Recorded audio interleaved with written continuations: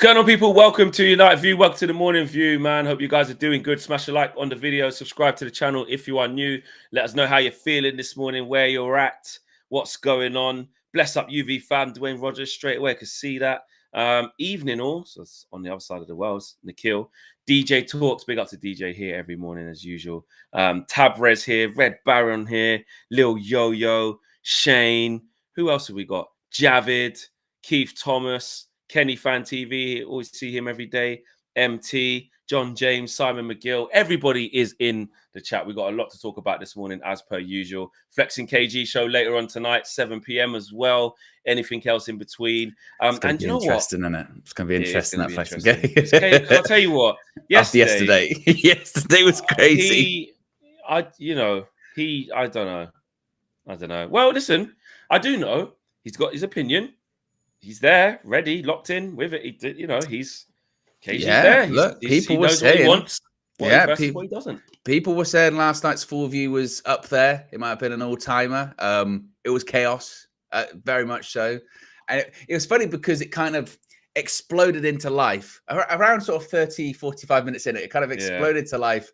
And then by the end, everyone had kind of settled down a little bit as well. But there's a lot of strong opinions at the moment. A lot of strong opinions. It's a very tense moment in the Manchester United fan base. With and it's a reflection. Opinions. Yeah, I was just about to say, you just said it there. It's a tense moment in United. It literally is a reflection of like what's happening, like like how people feel. Like, even today I saw someone in the gym that's like, "Oh no, you got to go." But another guy who was training with him, he was like, "Yeah, but the injuries and you can't.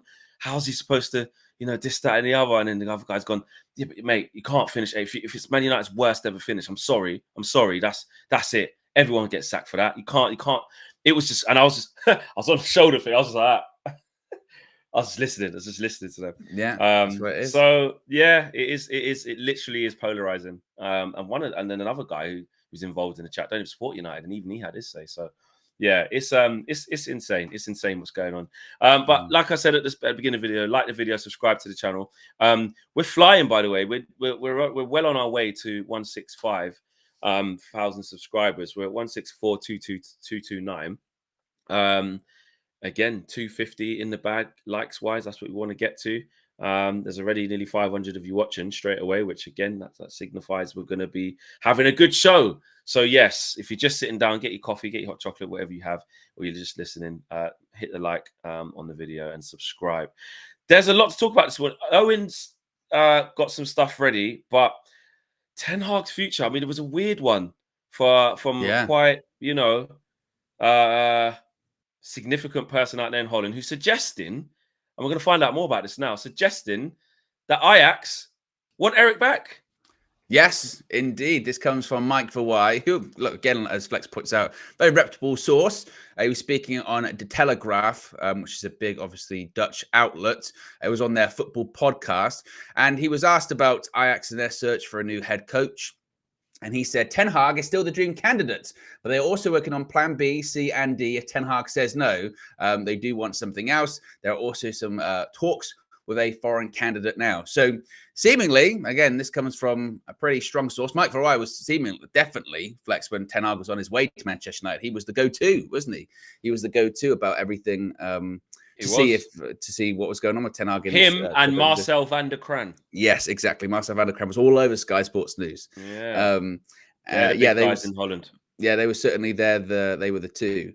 And the suggestion is that Ajax would love it back. Now, I suppose there's sort of a couple of ways to look at this story, isn't there? One way is they would love him back in the same way that I would love six-pack abs. Neither is going to happen.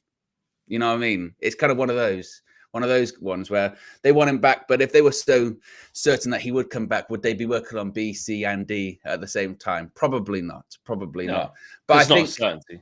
No, but I think it's one of those ones, and he does kind of point this out in the piece that he was saying, when he was saying that, well, it's kind of based on if something were to happen to Ten Hag this summer, then maybe we would have a conversation. Now, it's also worth stressing that all of the other reports suggest that even if Erik ten Hag were to leave Manchester United, he's not kind of the person that wants to make, not backward steps, but he wants to continue moving forward and move on to a different venture, I suppose, as well. But Ajax are interested. Do you think that's in any way possible? I mean, I'm very conscious, Flex, that we're talking about this. We're going to have to balance up the time by talking about players. Yeah, someone said you've got the timer. Yeah. We got to get the timer out. It's probably stuck in my head now. It's probably stuck in my head now.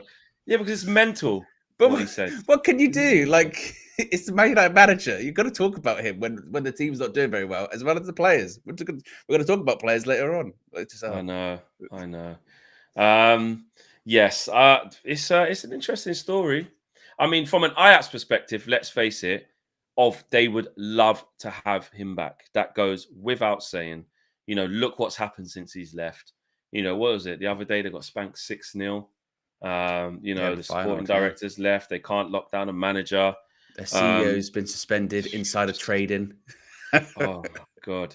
And even since then, so after that 6-0, they then... oh, no, sorry. No. Where is it? Yeah, so 6-0 they lost. Then they beat FC20 after that. But, terrible season for Ajax. Really bad. They're in 5th place. PSV are walking the league. And yeah, from that perspective, if there was a sniff of getting Ten Hag back, I mean, there's no point even asking what their fans would want. We know the guys that We Talk Ajax very well. We know what they would say. They would absolutely have him back.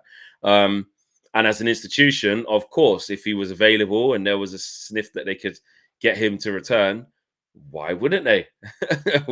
Why wouldn't they? But I can't see it. But then it's two sides, isn't it? If Ten Hag doesn't survive at Man United and does get sacked in the summer and he's a free agent, like you said, would he want to take a sideways step? Or it's still backwards because it's where he just came from, so you have to call it backwards. Would he want to take a backward step? Only he knows that. Like, what sorts of jobs? How in demand would Ten Hag be if he was a free agent? This is that's what people point out, don't they? A lot of people would want Ten Hag.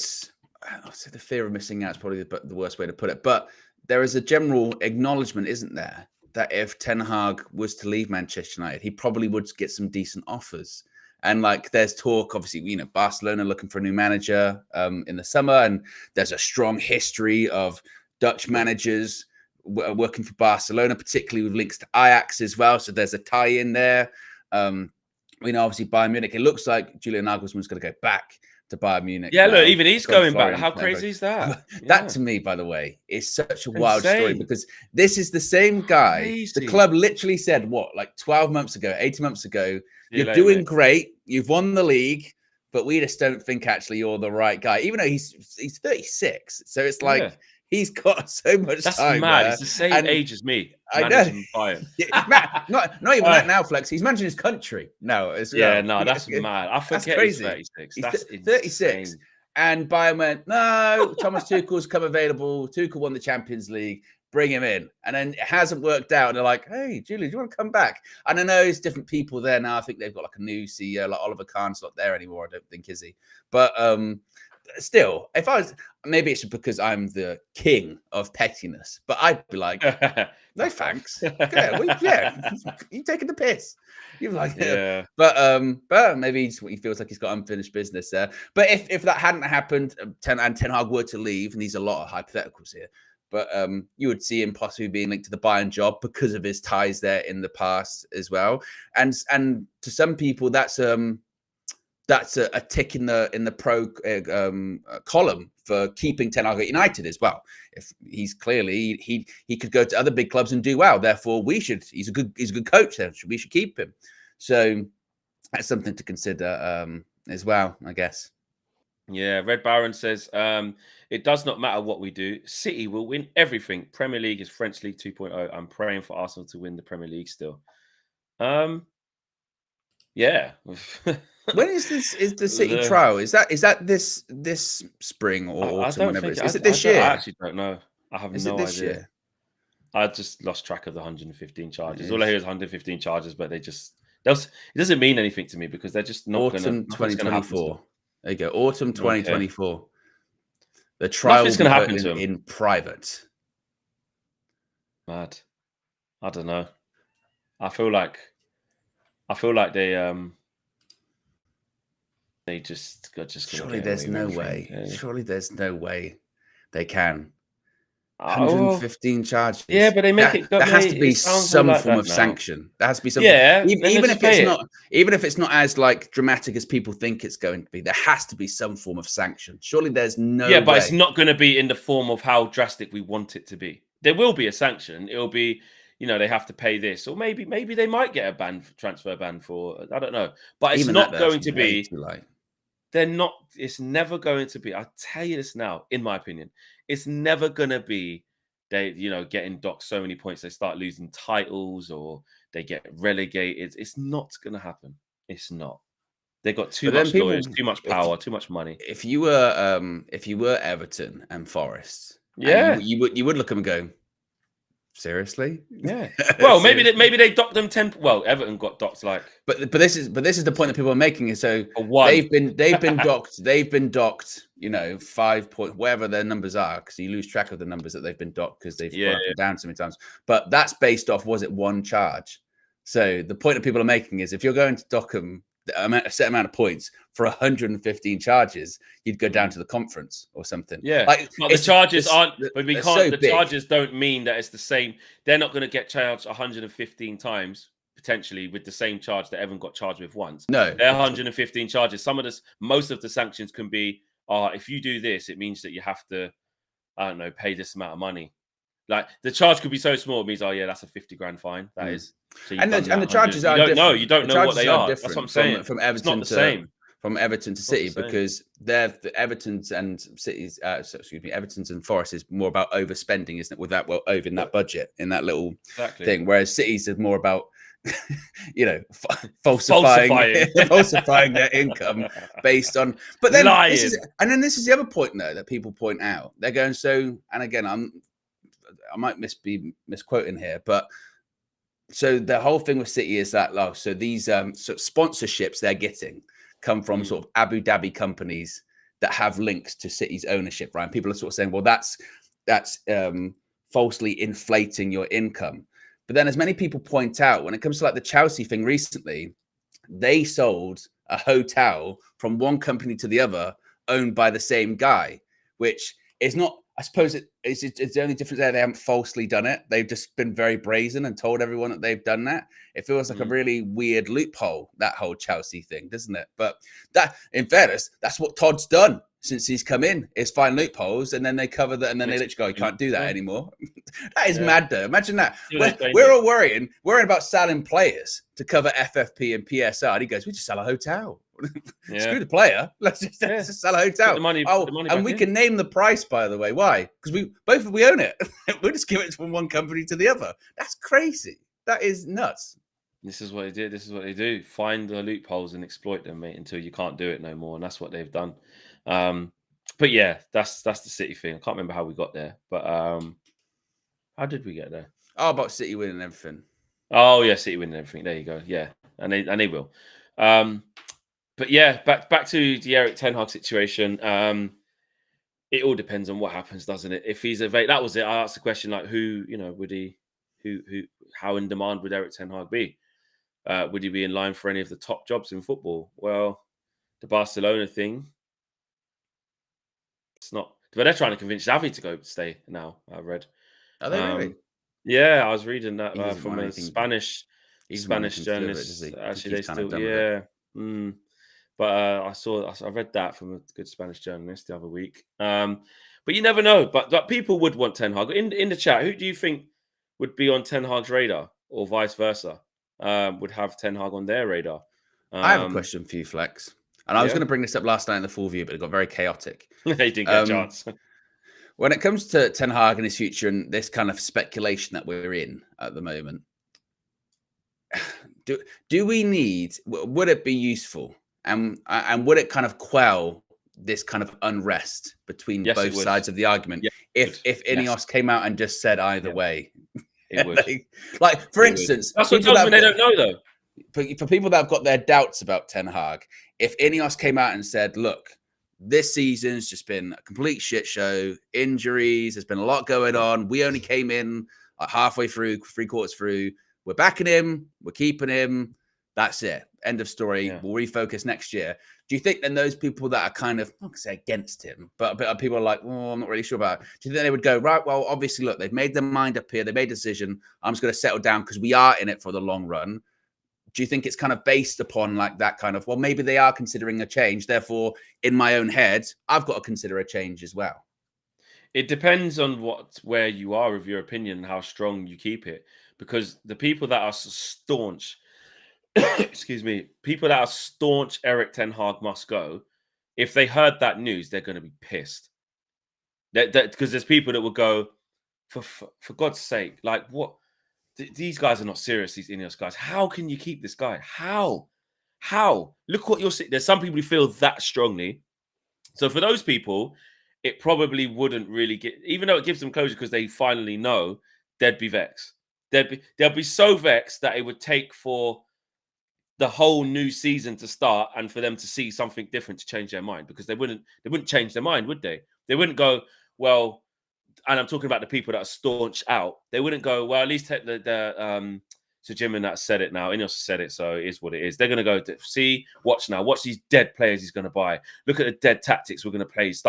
They're going to expect the worst until they don't see it anymore. So those people, it doesn't really affect. But yeah, for people who have sort of been, I'll put myself in this, you know, on the fence, well. in the middle. I'm like, some days I think, nah, man. Apparently, Flex makes us cowards. Makes us cowards. Yeah, well then I'll be the coward. I'm still that coward. I'm still that coward. Of like, I see both sides. If they did just do it, for someone like me, it would just give me. I'll just be like, look, it is what it is now. You know, I still would lean more towards, like I said yesterday. If you're asking me to put it on the line and say, how do you think this is going to pan out? Do you think he could turn it around? I'd probably edge to slightly. I'm not sure. I don't think he will. No, I'd edge to no, he won't. That's how I feel now. But if Ineos came out and just said it, then it would make me feel better. But at the same time, the fact that they haven't done it means there's something there. Means they're either undecided or, like the reports say, you know, they haven't made their minds up yet because those people aren't there. So yeah. Maybe they don't think they can. Maybe that's part of it. Maybe they're like, well, in an ideal world we would, but these people aren't here yet, so we can't. Yeah. And that doesn't help. That this level of ambiguity, clearly, regardless of what side you're on in this, is not helping, is it? The level of ambiguity mixed in with the performances and mixed in with the uncertain future of a lot of the players as well. Uncertainty is the sort of top thing involved in all of this. Uncertainty with the manager, uncertainty with certain players, and it just all sort of trickles down into performances that you could describe as very uncertain as well. Uncertain as to what the game plan is, uncertain as to what players are going to be playing for their future. Because if these players are playing for their future, then they clearly want to leave because they're playing shit every single game. So yeah, it's uncertainty. The irony is, after 18 months of uncertainty with, you know, the progression of the club. Yeah, we've still now got with the manager. We're still uncertain. We still don't know what the future looks like. And look, maybe it is just a thing in 6 months' time, 12 months' time, when these people are in and when players are gone and new players are in, maybe we'll be like, yeah, it was just difficult time. It was just difficult time. It was a bit uncertain, growing pains, teething pains, because you've got that overlap where people aren't in interim positions, blah, blah, blah. But now we're here. Now these players are in. Now it's defined exactly who the head coach, it won't be a manager, the head coach is, whether that's Ten Hag or someone else. You can maybe feel a bit more assured that you know where the future is. And maybe that's part of it as well. Because it's just everything at the moment is completely up in the air, isn't it? Everything is.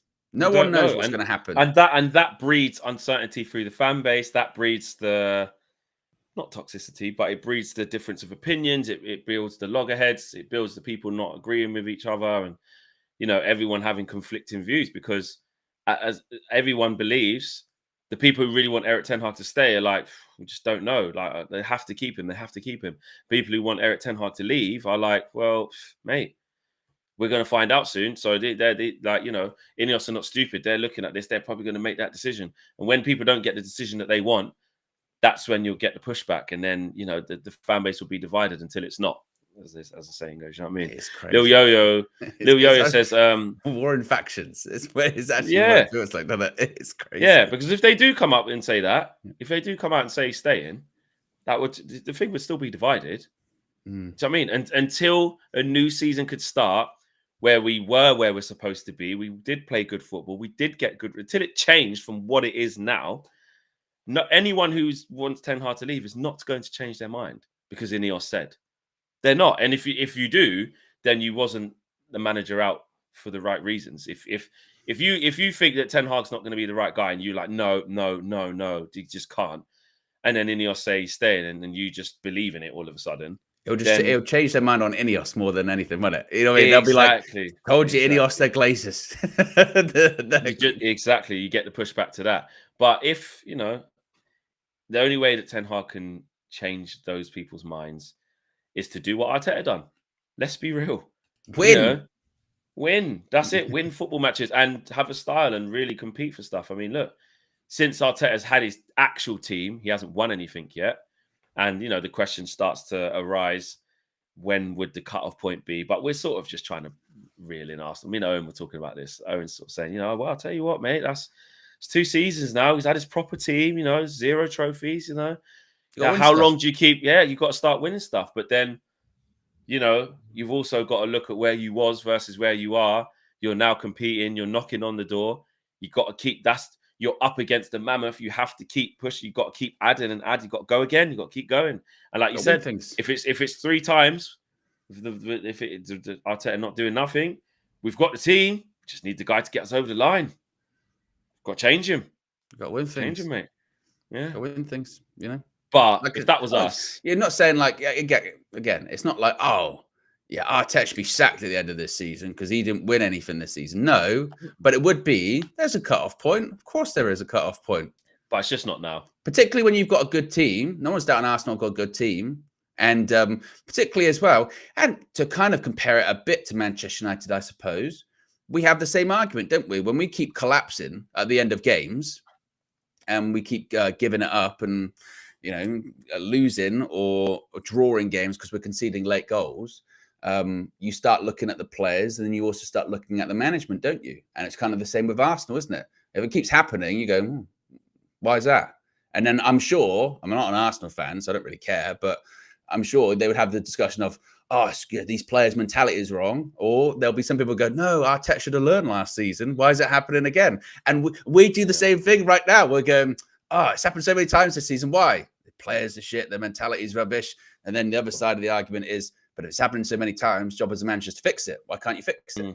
And it's the same. But that is and that is where though with the Arsenal, you got to stick with that. You galvanized the whole fucking thing. Like you won't sack him. You won't get rid of him at the end of the season. No way.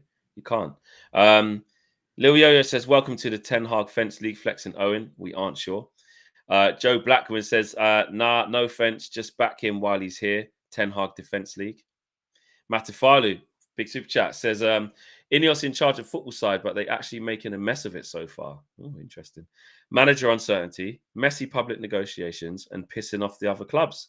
They need to come out and take control of these situations. Honeymoon is over. Do you agree with that, Owen? This is where you can't win, can you? You can't win in these situations. So no, though. Because manager uncertainty, like I said, I do think if they came out today, either way, Erik's staying or he's leaving, it would clearly things would be more certain because they'd have drawn a defensive line in the sand. To your point, I don't know if it would please anyone. It probably just piss people off even more, depending on what side they're on the part of it. That whole messy public negotiations thing. We cry foul that United are pushovers, and then when we're not pushovers, we're not getting it done quick enough. I think that's part of it too. With the executive stuff, as we've said, like it is different than football transfers. They don't just get swept up. And also with the CEO thing, that was swept up pretty quick, wasn't it? And we praised him for that. Oh, my brother came out of nowhere. He's coming in the summer. Oh, it's great. Not everyone's going to be like that. They're not. And if you look at even other situations, the guy that's coming in from to Liverpool, the guy that used to work there, even he starts in the summer because he's got to finish up somewhere first. Like that's just how football works, isn't it? Like at that executive level. So I wouldn't say at the moment our honeymoon situation's over. I would say that, like with anything, we're gonna have to. The summer's a big one, isn't it? Summer's going to be a big one, and there are going to be situations that they're judged upon. What they do with Erik ten Hag, they'll be judged upon that. Absolutely. If they keep him, there'll be an element of judgment. If they get rid of him and they replace him with someone that's rubbish, which is not lost on me at all, it does absolutely frighten me. Although I don't think there's anything in the Gareth Southgate thing. I really don't. Yeah, then they'll get massive judgment on that. As we've said, when it comes to summer transfers, if we have a typical Manchester United transfer window, then you'd be absolutely right to say, well, nothing has changed yet then. Nothing. If you're on tour flex and there's one new player on tour, you'd be like, nothing, no different then. If you go on tour, or if the season starts and we then sign still 2 more players as the season's beginning, or like this season, some of the signings we do sign can't even play for the first 3 or 4 weeks because of various reasons. And we're going, nothing's changed at Manchester United. Yeah. But I think at the moment to be like, oh, they're already making a mess of it so far. Oh, I don't know about that. Man United's a mess anyway. Yeah, exactly. It already was. Joe Blackman says that who added Ten Hag Defence League to the UV stickers? Tell him thank you. Just Josh Media, graphics. Yeah, just Josh Media. Yeah. THDL. Yeah, THDL. Well, we also need a fence one as well, Josh. Ten Hag THFL. We need as well. So yeah, the stickers are stickering right now. Yes, just Josh Media Ninja. Yeah, I think Matafalu's point. Some people agreed with Matafalu's in there. I was reading in the comments there. Some people saying I agree with him. I can see what he's saying. I mean, I'm like, nah. I think this. Well, that's what should have happened, Flex. Everyone should be in position right now. We should have signed the players already. Everyone's in. Everyone's in. For being in this amount of time, only getting ratified in like the February. Like, I think they've done a lot. And then, like we've said many shows before, the types of people that we're trying to get and restructure, the fact that they're in jobs already is a good sign. It makes it harder to get them and longer to get them. But, we're not just getting people who've been sitting on their ass doing nothing for a bit and want to get back into football. No, these are people that are like, straight up, in it now. Do you know what I mean? In it now. Red Baron says, Flex, tell us some Jamaican cuss words. Owen, tell us some Welsh ones. I'm not Welsh, by the way. I was not Welsh. I was reading that. I was like, have I missed something? Owen's never told me. I'm not Welsh. Hold on. Firstly, I want you to respond, Red Baron. Why did you just think Owen's Welsh? Yeah. Where did you get that? Where did you get that from? Where did you get that from? And the Jamaican cuss words, it's too early. It's too early in the morning. My mum's probably watches, probably cuss me out. Can't be swearing this early. In Jamaican, anyway, it's very foul, very foul. Do you still get do you get nervous swearing in front of your parents still? Yeah. My mum, yeah. I don't swear really in her presence unless it's something like crazy, but like very, very rarely. Grandparents, impossible. Aunties and uncles, some of them swear like mad, so. It's all right then, but no, especially the Jamaican cussing is it's peak. It's peak. It sounds sometimes it sounds so aggressive and just so angry, even if they mean something happy. Because we use swear words as like cussing as like even something positive sometimes. So like sometimes swear words can be used in same in English. If you use the F word, you can use it in a positive or a negative. So it's the same, but. Something about, and maybe I'm just being biased, something about Jamaican cussing, I tell you, it just sounds like the most aggressive thing on the planet. And they could just be in such a good mood with it. And then when they're not in a good mood, listen, it's a different thing. It is a different thing. But that's for another show. That's for another show. That's for a UV Raw or something like that. Right. So I make it nearly 1,200 people watching. 235 likes, so we're nearly at 250, which is good. So let's get to that right now, since we're having this little pause in play. And I make that 29 minutes and 48 seconds. Yeah, where we've spoken about Ten Hag. Now we are going to move on to a player. Donny van der Beek. And for the second half of the show, maybe we've got to do a little bit more than half because we've got to make sure there's more on. Make sure it's right. Make sure it's just right.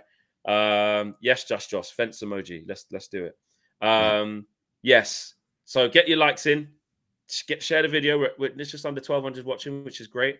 And we're now about to talk about a player, and maybe we'll talk about some more. Yeah, it's like when you do when they do like politics on the BBC. Everyone's got to get equal time. There's no bias, equal time. So yes, Fabrizio Romano posted yesterday that Donny van de Beek will return to Manchester United in June. The buy option clause, which is 11 million euros plus 3 million euros in add-ons into the loan deal, will not be triggered by Eintracht Frankfurt. The Dutch midfielder is expected to look for a new chapter, a new club in the summer transfer window. So it's actually quite interesting, Flex, because thinking about all of those players that moved out on loan in January, Donny, Hannibal, Fernandez as well. None of them worked out. Basically, none of them worked out. Just done his normal loan that he always does. Like he'll play, but he always comes back. But you've got to find a permanent. Yeah, the main ones, none of them worked. And then you add in ones like a Brandon Williams where he's got to come back. You know what I mean? Those contracts expire in the summer. Yeah, so it's over. That's what I mean. Those ones, they're coming back, but it's over. Martial, it's over. Donny, man. I've never seen it. Well, I have seen something like it, but when I look at that and I just look at the joy and excitement I had when we signed him in COVID, I was so happy with the signing, you know. So happy. I was like, finally, someone who's sort of technically sound, good understanding of the game, knows how to exploit, spaces.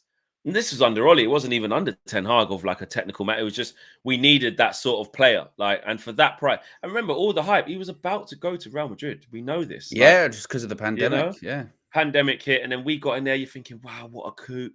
This guy was on his way to the Bernabeu. And we went 35 million. Wow, I tell you what. Finally, we're doing good business. Finally.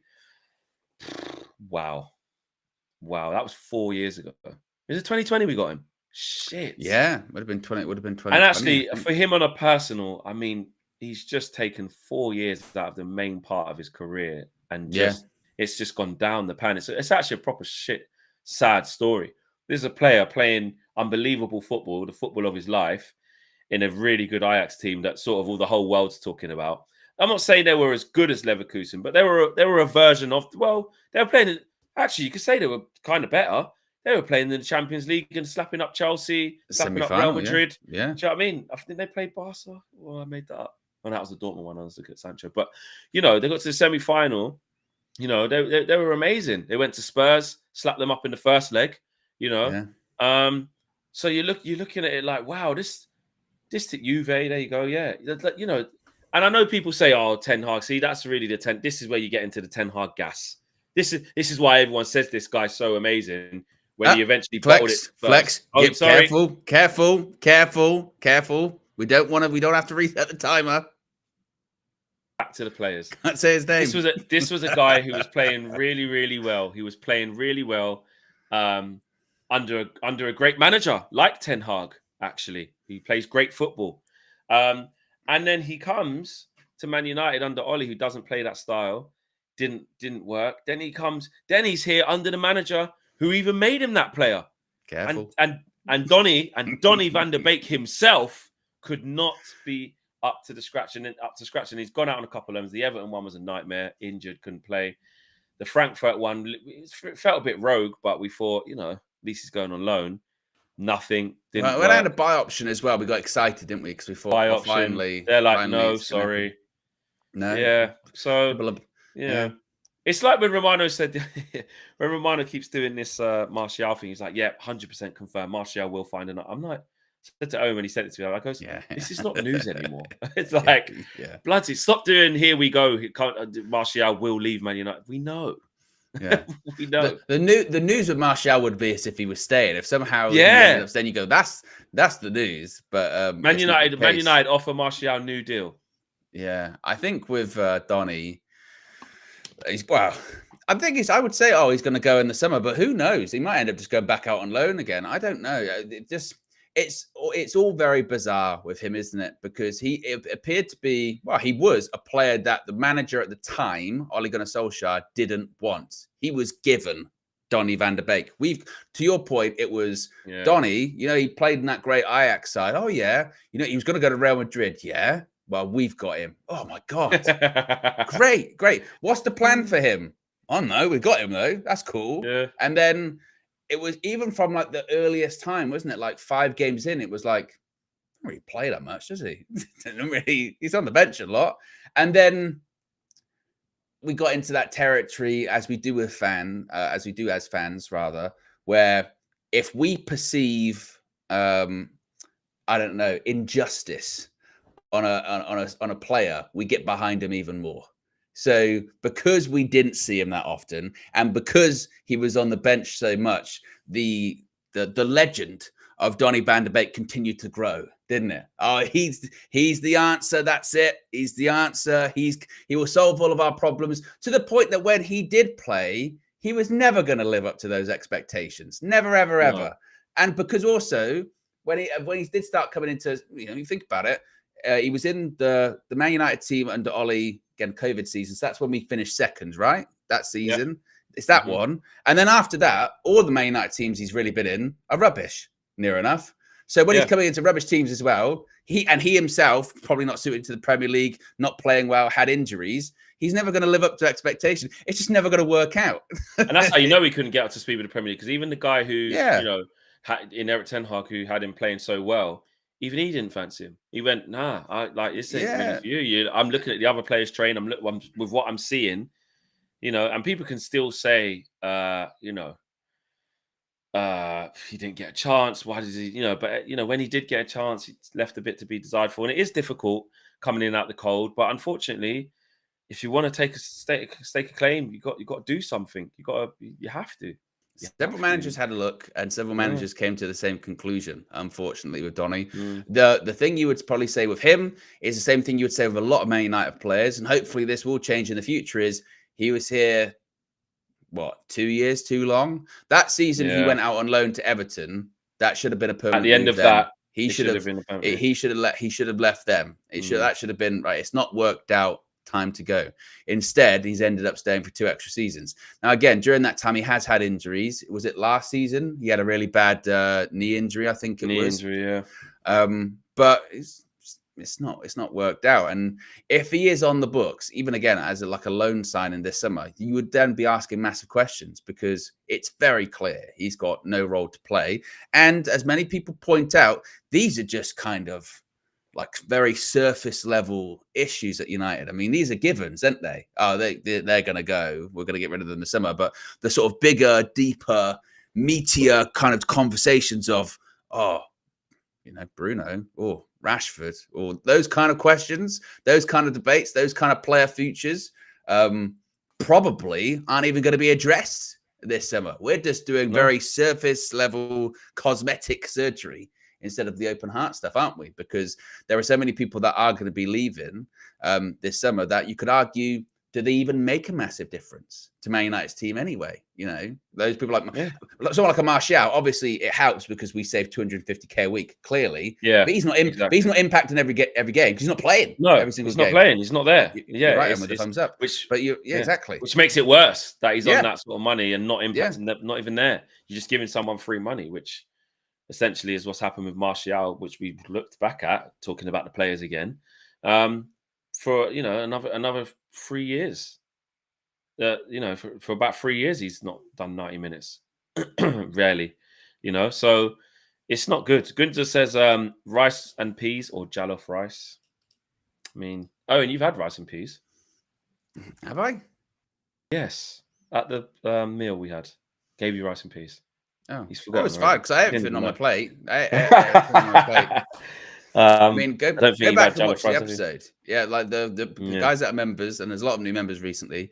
You can go back and watch that episode and flex like a parent. Well, to be fair, I did ask him to do this. I said, "You plate me up a you plate me up a plate of food, and then I'll try it." And the majority, I don't think anything. I went, I don't like that. I don't think anything. No, you no. There were some things I like better than others. I think you like the plantain. That's sweet. You said, I was like banana. Oh, I like that. Yeah. Yeah. Did they have dumplings there that day? I can't remember. No, you had some curry goat. You had jerk chicken.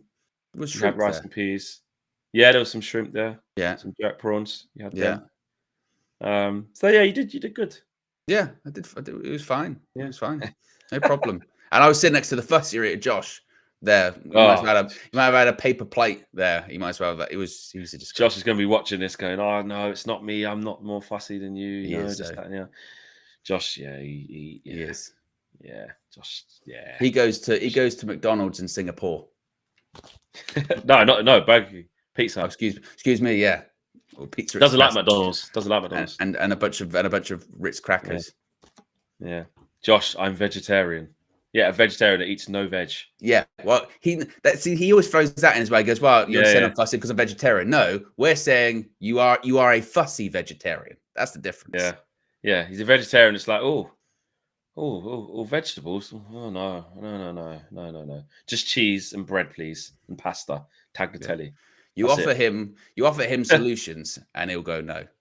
Not because any kind of vegetarian reason. He'll just go no. Yeah, just don't eat it. Yeah, if it's not pizza, pasta, bread, butter, cheese. What else does he eat? Cinnamon swirls. Yeah, well, every time you go to Old Trafford, go on his Instagram, and I'm telling you, there will be in his story him going into the nearby Tesco, picking up a cinnamon swirl, going, "These are the best cinnamon swirls ever. They look at all the icing they put on there. No, and then he does the whole thing. That's the story. That is the story. Kenny Fan TV says, "Big up Flex and Owen. I am just sick and tired of people in the live chat slagging off Ten Hag. This is why we are the most toxic fan base in the world. Ten Hag made mistakes, but slagging him off, not having it." Yeah, I mean, well, yeah. Big up to you, Kenny Fan TV, as usual. You're always here as well. Big up to you. Slagging him off is like, what do you mean? As in, like, personally attacking him, like calling him names and like swearing towards him, like, because for me, I think it's just as long as we separate the opinion versus like slant, like what do you call that word?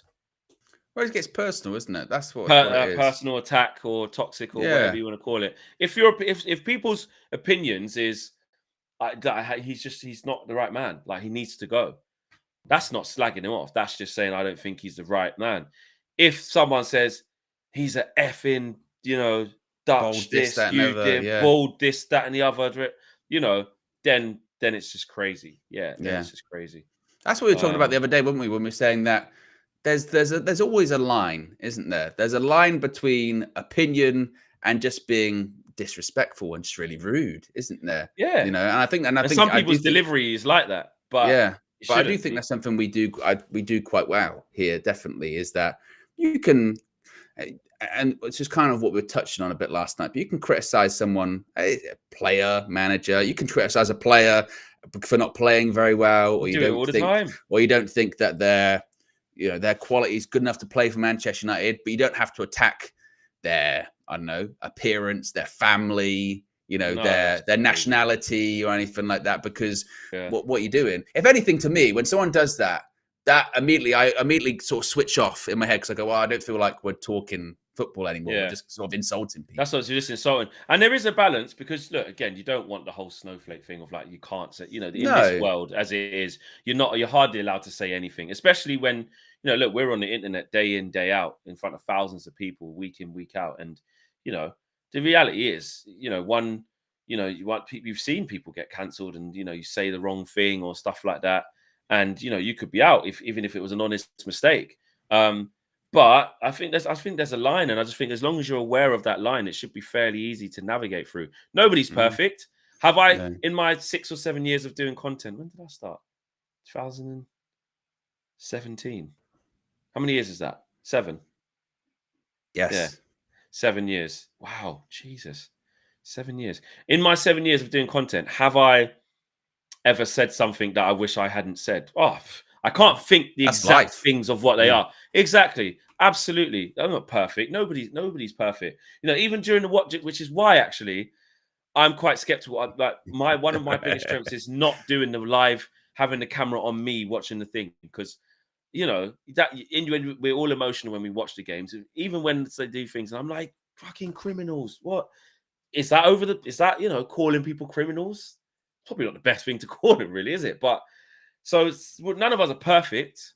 None of us are perfect, but then context is taken into it and the character of the person. And I think viewers and people who watch this content, or people you talk to that are not even content creators that you just, talk to in your friendship circles, whether they're sort of that type of person where they are just, really toxic, they are really angry person directing insults at somebody, or whether, they just get a bit emotional during the games, or they're not that sort of person. Context is key, isn't it? Context is key. And that's the key thing, isn't it? Context is the most important thing. And always the line that I always have is, if you're comfortable saying it to someone's face, then that's kind of usually a good barometer for where to go. Like you said, nobody's perfect, obviously, but it is football at the end of the day. I know sometimes, when like you get really upset about football when you're younger, and then your mum goes, "Cheap, it's only a game though," and you go, "Oh, shut up, Mum, you don't know what you're talking about." But it is kind of true. Like, it's not the end of the world. I know it is people's world, but it's not the end of the world. So you don't have to get like personal and insulting things, particularly over like a debate. Like if a player's good, I mean, forget calling out players. What we're calling each other.